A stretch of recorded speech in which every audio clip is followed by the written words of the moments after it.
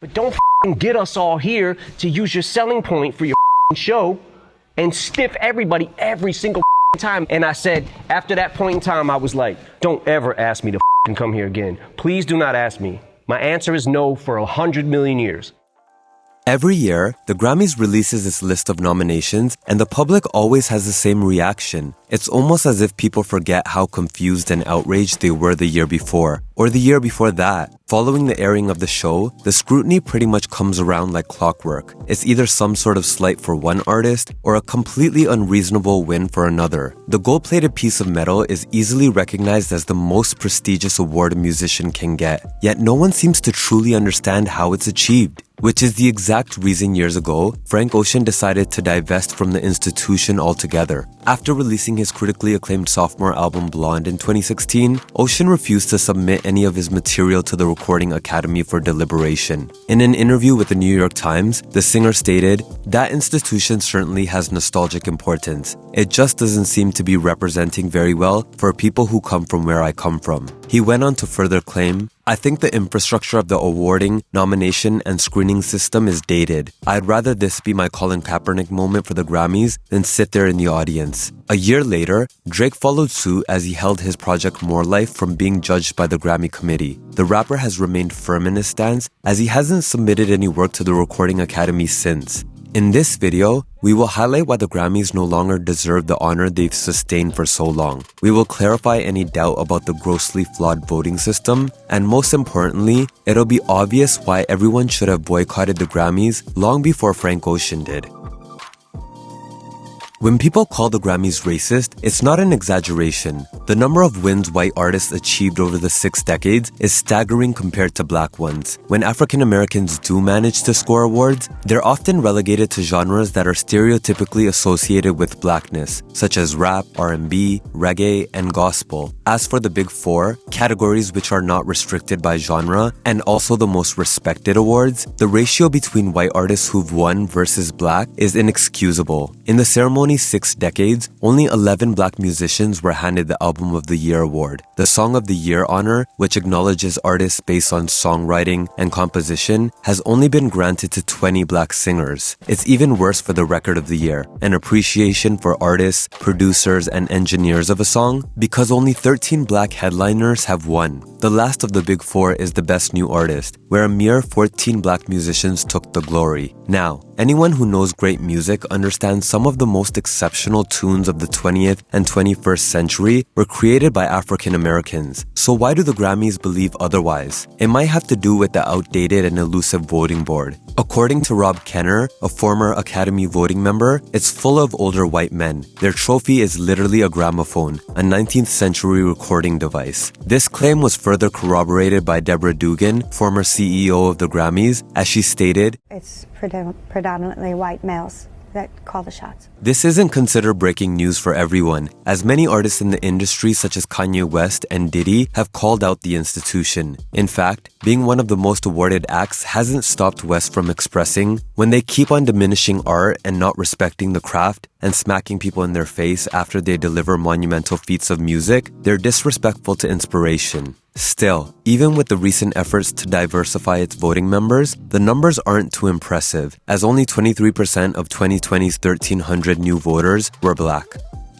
Another legitimate concern that relates to race is that rap music isn't sincerely embraced by the Grammys. It shouldn't come as a surprise that it took the Recording Academy 10 years to officially recognize hip-hop at the ceremony in 1989. Since then, only 2 rap acts earned the Album of the Year. The winners include Outkast's Speakerboxx The Love Below in 2004 and 1998's The Miseducation of Lauryn Hill. Surprisingly, Kendrick Lamar and Kanye West have yet to receive such an honor, despite releasing multiple worthy projects. When Lamar's To Pimp a Butterfly was snubbed in 2016 for Taylor Swift's 1989, music enthusiasts were enraged. The rapper's LP was indisputably hailed as the best album of the year by nearly all publications. It didn't take hindsight to realize what an artistic feat Lamar achieved with the record. The poignant subject matter and theatrical style of the project is still considered his magnum opus and one of the best albums of all time. Worst of all, it was another example of the perfect opportunity for the Grammys to do right by its past. Like when Kanye's My Beautiful Dark Twisted Fantasy should have secured the trophy instead of Arcade Fire's The Suburbs in 2012. Or how about when Lil Wayne's The Carter 3 could have won over Robert Plant and Allison's Raising Sand in 2009. Considering the aforementioned makeup of the voting committee, it's understandable why these classics were unappreciated. But then again, it just proves that the Recording Academy is deeply out of touch. Although the racial bias baked into the Grammys is convincing enough to do away with the award show, the corruption and arbitrariness is bad enough on its own. As per the official website, the mission of the Recording Academy is to recognize excellence in the recording arts and sciences, cultivate the well-being of the music community, and ensure that music remains an indelible part of our culture. No one can dispute that this statement sounds compelling, but it would only be compelling if it were actually true. In 2021, international superstar The Weeknd called out the institution for blatantly disregarding his monster hit album After Hours. Not only was the LP received positively by fans and critics, but it produced a number of successful singles. Most notable, the record Blinding Lights was ranked as the greatest Hot 100 song in Billboard history, as it became the longest-running song on the chart ever. Still, none of these achievements were enough to spawn a single nomination at the Grammys. The Weeknd responded to the lack of recognition by tweeting, "The Grammys remain corrupt. You owe me, my fans and the industry, transparency." This is during a year that Dua Lipa, Post Malone, Doja Cat, and Lady Gaga were celebrated. Even the widely scoffed at song Yummy by Justin Bieber earned a nomination. Whatever your opinions might be about The Weeknd, it doesn't make sense to acknowledge every other pop star in the music industry and deem his music undeserving. This same inconsistency can be applied to artists throughout the years, including Mariah Carey, Ariana Grande, Nicki Minaj, Summer Walker, SZA, Kehlani, and Sia. An incomplete list of people who've never won a Grammy consists of Diana Ross, Jimi Hendrix, Queen, Tupac, Bob Marley, Bjork, Snoop Dogg, Brian McKnight, and India Arie. In a 2021 article by the New York Times, Ben Cesario writes, "Scrutiny has zeroed in on a little understood part of the Grammys process, the role of the anonymous expert committees, which review initial nomination choices by the thousands of music professionals. This group have the final say about who makes the cut." Dugan, the former CEO previously mentioned, also affirmed, "Members of the Board of Trustees and the secret committees chose artists with whom they have personal or business relationships." This accusation also aligns with pop star Halsey's complaints about the Recording Academy in 2020. The singer went on to say, "It can often be about behind-the-scenes private performances, knowing the right people, campaigning through the grapevine with the right handshake, and bribes that can be just as ambiguous enough to pass as not bribes. Unfortunately, it would be beyond naive for the public to continuously give the Grammys the benefit of the doubt, especially when so many people have such similar grievances." In the past several years, the Grammys ratings experienced all-time lows. In 2021, the viewers fell from 18 million to a mere 8 million. While it may appear that this is because people are fed up with the show, it's more of a symptom of changing consumer habits. Live televised events such as the Golden Globes, the Academy Awards, and even the Super Bowl are struggling to sustain their audiences. The New York Times concludes, "Viewership has plummeted as people have seemed less enthusiastic about watching 3-hour events packed with commercial breaks." This decline of interest over the years has caused the Recording Academy to scramble for desperate attempts at staying relevant. For example, the number of nominees in the Big Four categories has doubled since 2018. The now 10 candidates cause nominations to become bloated and, quite frankly, chaotic. In many ways, it seems as if the Grammys are trying to appease everyone, which in turn makes the consideration somewhat meaningless. It's obvious many of the newer and sensational artists are being used to target younger generations of viewers, but jumbling them up with megastars, the critically acclaimed musicians, and the obscure token acts renders the whole ceremony perplexing. One case being when rapper Saweetie was added to the Best New Artist group in 2022. Somehow Justin Bieber's Justice was nominated for Album of the Year, even though fans and critics considered it uninspiring. And what about the fact that Coldplay never fails to be nominated for countless Grammys, despite not having a well-received project in over a decade? Most recently, it also looks as if the Recording Academy is giving out consolation prizes to those they've snubbed in the past. For instance, legendary rapper Nas won his first ever trophy in 2021 for his 12th studio album King's Disease. Strangely, the iconic group ABBA earned their first nomination in 2022, and ever since, they received 5. Sad to say, it's too late for these pitiful attempts at redeeming themselves. The smoke and mirrors of the Grammys have long been blown out.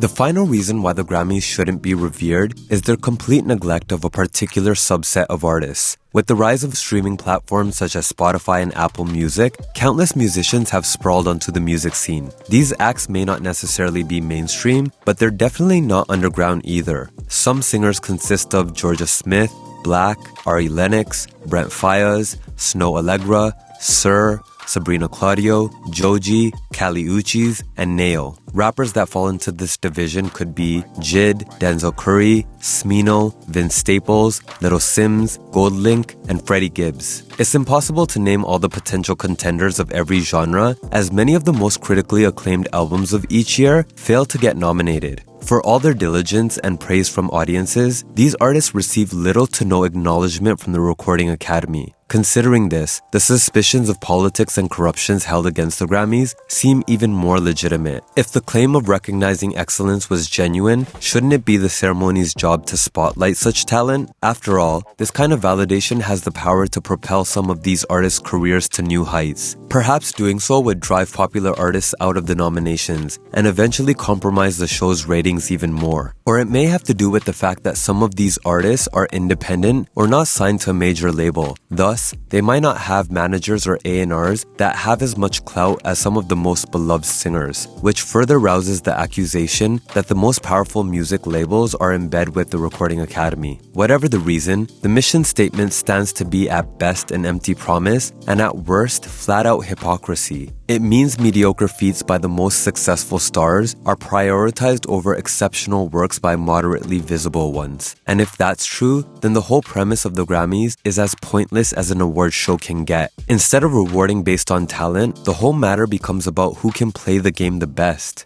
Ariana Grande herself alluded to this very nature when she commented, "It's about art and honesty, not politics, not doing favors or playing games. It's just a game, y'all, and I'm sorry, but that's not what music is to me." But how does one even begin to play a game with so many unwritten rules, gatekeepers, and glass ceilings?